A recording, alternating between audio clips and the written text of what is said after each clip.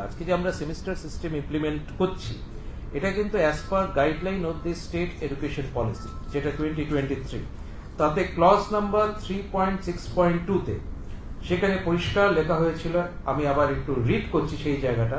As per clause 3.6.2 of the state education policy 2023,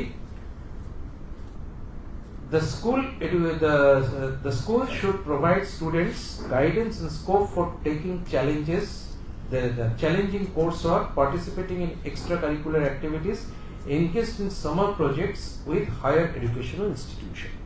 তো এইটা আমরা কিন্তু এই summer project with the higher educational institute আমরা এনকারেজ করছি এবং প্রত্যেকটি স্কুলকে আমরা নোটিফিকেশনের মাধ্যমে সামার প্রজেক্ট করতে বলবো এবং তাতেও কিন্তু একটা কন্ট্যাক্ট আওয়ার্স কিন্তু অ্যালোকেট করা থাকবে out of that 180 contact hours. এছাড়া আমরা এই 3.6 রয়েছে সেখানে যে স্টেট এডুকেশন পলিসিতে পরিষ্কার এখানে গাইডলাইন ছিল যে সেমিস্টার সিস্টেম ইমপ্লিমেন্টেশন হবে for the class 11 and 12 and it will be implemented by the West Bengal Council of Higher Secondary Education। সেই ডিরেকশনেই আজকে আমরা সেমিস্টার সিস্টেমের দিকে যাচ্ছি। ফলে সেমিস্টার সিস্টেমটা 24-25 থেকে ক্লাস 11 এর জন্য হচ্ছে, 25-26 থেকে ক্লাস 12 এর জন্য হচ্ছে। তারপরে 2026-এ যে হায়ার সেকেন্ডারি ব্যাচটা বেরোচ্ছে সেটা ফার্স্ট ব্যাচ হচ্ছে সেমিস্টার সিস্টেম। এবার আমরা 11-12 এর যে ফার্স্ট সেমিস্টার সেকেন্ড সেমিস্টার সেটাকে ডেজিগনেট করা হচ্ছে ফার্স্ট এন্ড সেকেন্ড হিসেবে, আর 12 এর দুটো সেমিস্টারকে ডেজিগনেট করা হচ্ছে থার্ড এন্ড ফোর্থ হিসেবে। তাহলে টোটাল 1, 2, 3, 4 চারটে সেমিস্টার হচ্ছে, ফার্স্ট সেকেন্ড হচ্ছে ক্লাস 11, থার্ড ফোর্থ হচ্ছে ক্লাস 12। এবং এখানে মার্কস ডিস্ট্রিবিউশন হচ্ছে আপনারা জানেন যে ইন জেনারেল আমি এক্সেপ্ট তিনটে সাবজেক্ট বাদ দিয়ে বলছি, ফিজিক্যাল এডুকেশন, মিউজিক এবং ভিজুয়াল আর্টস, এই তিনটে সাবজেক্টকে বাদ দিয়ে বাকি সমস্ত সাবজেক্টের ক্ষেত্রে প্র্যাকটিক্যাল বেসড সাবজেক্টের ক্ষেত্রে হচ্ছে 70-30, মানে 70 হচ্ছে থিওরি, 30 হচ্ছে প্র্যাকটিক্যাল। সেই 70টা বাইফার্কেটেড হচ্ছে ইনটু 2 সেমিস্টার্স, 35-35 করে, মানে 35 মার্কস হচ্ছে for the first semester, 35 marks হচ্ছে ফর দি সেকেন্ড সেমিস্টার, মানে truly speaking the event semester, মানে 35 মার্কস হচ্ছে for the odd semester, 35 marks হচ্ছে ইভেন্ট সেমিস্টার, আর 30 মার্কস হচ্ছে প্র্যাকটিক্যাল। এটা for both class 11 and 12। Project বা প্র্যাকটিক্যাল ইভালুয়েশন হবে annual ভিত্তিতে, কিন্তু থিওরি কিন্তু ইভালুয়েশন হচ্ছে সেমিস্টার সিস্টেম। ঠিক সিমিলারলি প্রজেক্ট বেস সাবজেক্ট মানে যেটা নন প্র্যাকটিক্যাল সাবজেক্ট তাদের ক্ষেত্রে 80-20 থাকে, 80-20, 80 থিওরি 20 প্রজেক্টস। তো সেই 80টাও বাইফার্কেটেড হচ্ছে ইনটু 2 সেমিস্টার্স, অড সেমিস্টারের ক্ষেত্রে 40, ইভেন্ট সেমিস্টারের ক্ষেত্রে 40, প্রজেক্টে 20, এইভাবেই থাকছে। এবং অ্যাসেসমেন্ট ক্রাইটেরিয়া হচ্ছে কিউমুলেটিভলি তাকে পাস করতে হবে in both the theory and practical. আমাদের পাস মার্ক হচ্ছে 30%, যেটা এতদিন ছিল এখনো সেটাই থাকছে, কোন রকম পরিবর্তন করা হচ্ছে না। তার মানে যেটা 70 যেখানে থিওরি থাকছে, 70তে থিওরিতে পাস করতে গেলে 30% মানে 21 পেতে হতো, এখনো স্টুডেন্টকে 21 পেতে হবে, কিন্তু সেটা কিউমুলেটিভলি পেতে হবে in both the semester taking together. ঠিক সিমিলারলি যদি প্রজেক্ট বেসড সাবজেক্ট হয়, মানে সে সাপোজ বাংলা, ইংলিশ, হিস্ট্রি ইত্যাদি, এগুলোতে 80-20 থাকে, 80-20, তাহলে এই 80তে 30% মানে তাকে 24 পেতে হবে। সেই 24টাকে দুটো সেমিস্টারে 40-40 করে যে দুটো সেমিস্টার হবে সেটাকে টোটাল কিউমুলেটিভলি তাকে 24 পেতে হবে। এছাড়া অ্যানুয়ালি ইভালুয়েশন হবে প্র্যাকটিক্যাল বা প্রজেক্ট। প্র্যাকটিক্যাল হচ্ছে 30 মার্কস, প্রজেক্ট হচ্ছে 24 মার্কস। এগুলো তো ইন্ডিপেন্ডেন্টলি তাকে পাস করতে গেলে কিন্তু 30% পেতে হবে। তার মানে হচ্ছে বেসিক্যালি যদি প্র্যাকটিক্যাল হয় তাহলে 30-এ তাকে 9 পেতে হবে পাসের জন্য, আর যদি প্রজেক্ট বেসড হয় তাহলে 20-তে তাহলে 30% মানে হচ্ছে 6 পেতে হবে।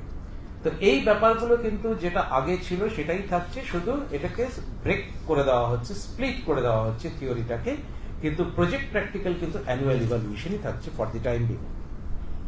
তো এই হচ্ছে বেসিক জিনিসগুলো। আর যেটা সিলেবাসটা আমরা আপলোড করে দেব, সিলেবাসে এবার আমি আগেই বলেছি কন্ট্যাক্ট আওয়ার্স মেনশন করা থাকছে, 100 contact hours for the first semester, 80 contact hours for the second semester for each year 11 and 12।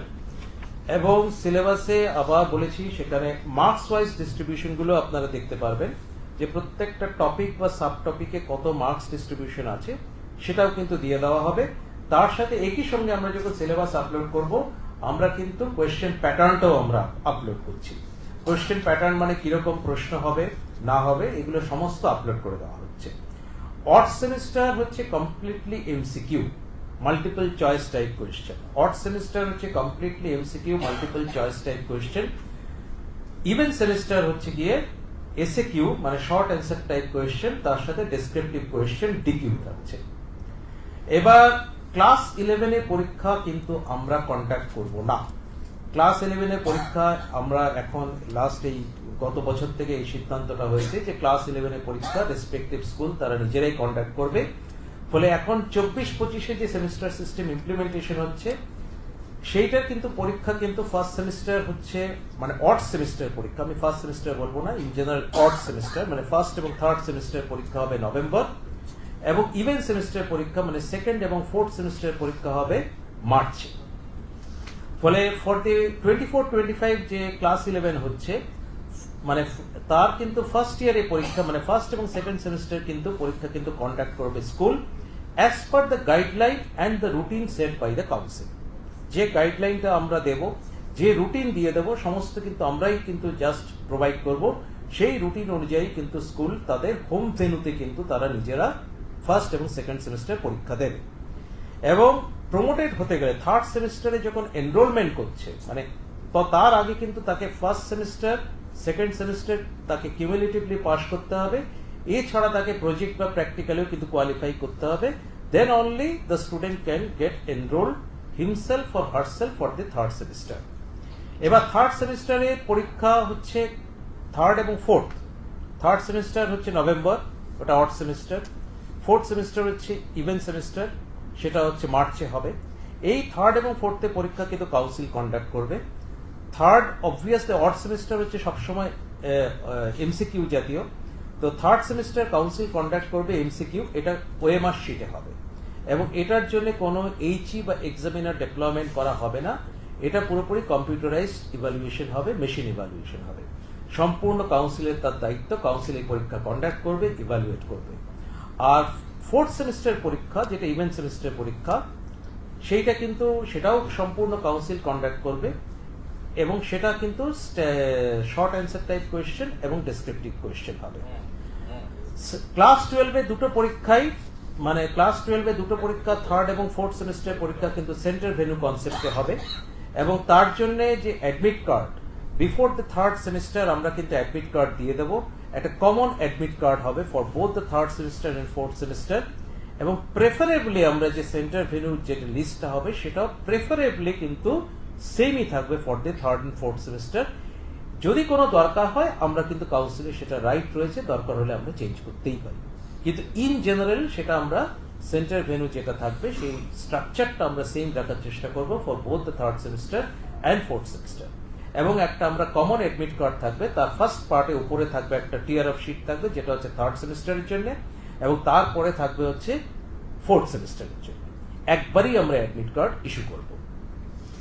এই হচ্ছে মোটামুটি যেটা বেসিক গাইডলাইন বললাম। এই গাইডলাইনগুলো তার ডিটেইল তার প্রসিডিওর এগুলো কিন্তু আমরা পাবলিশ করব এবং এটা আপনারা জানেন যে আপাতত আমাদের যে এক্সাম রেগুলেশন রয়েছে সেটা যেহেতু অ্যানুয়াল সিস্টেম রয়েছে এবং এখানে একটা টেস্ট পরীক্ষার প্রভিশন রয়েছে, কিন্তু এই সেমিস্টার সিস্টেমের টেস্ট পরীক্ষার কোনো জায়গা থাকছে না। So there will be no test examination.